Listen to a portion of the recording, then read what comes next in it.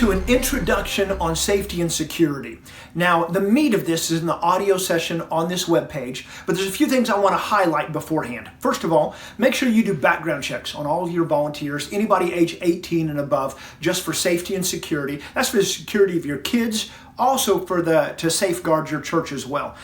You want to go over with your volunteers expectations, what's appropriate, what's not appropriate.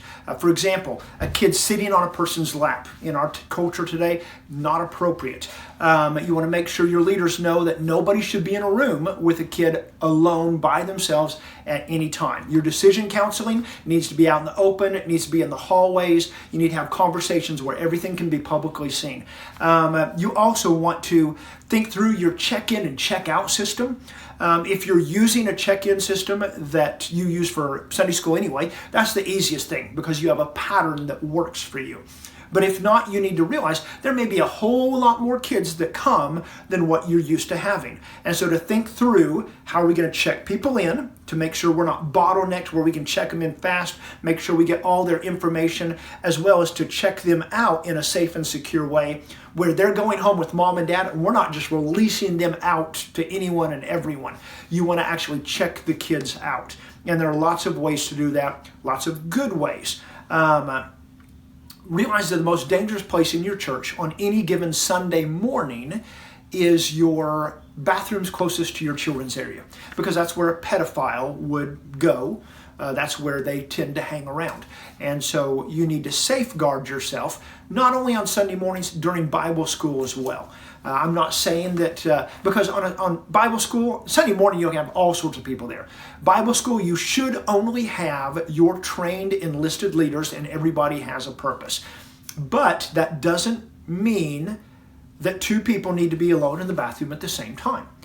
You need to have somebody monitoring it when somebody's in there, but you don't need a leader in the bathroom with a kid together. They don't need to be in a room alone at the same time. You just need to be wise, think through all of these scenarios, all of these processes, so you simply have your process for safety and security, your process for check-in and check-out, your process for recruiting volunteers and getting that background check, and anything else that you need from them beforehand. I've seen some Bible schools that were hurting for volunteers, and somebody in the church said, well, I know somebody and they would be great, and the last minute they step in, and the church had no idea who they were. No idea. Had no background check on them. I cannot tell you how dangerous that is. And I said in another video, you also can't stake your claim we're safe because we've got background checks, because pedophiles commit hundreds of acts before they're caught. And so if you're just depending on a background check, it's only going to catch people who have been caught. So you have hundreds of incidences that happen that have not been caught or reported that could happen, and you want to make sure your kids are safe. And so be wise in how you plan, how you prepare, how you structure everything. And last of all, you do need to plan for emergency situations. We're going to talk about that some in this audio series as well. And so take your time, absorb it, think through your processes, not just the whole year, but during Vacation Bible School specifically.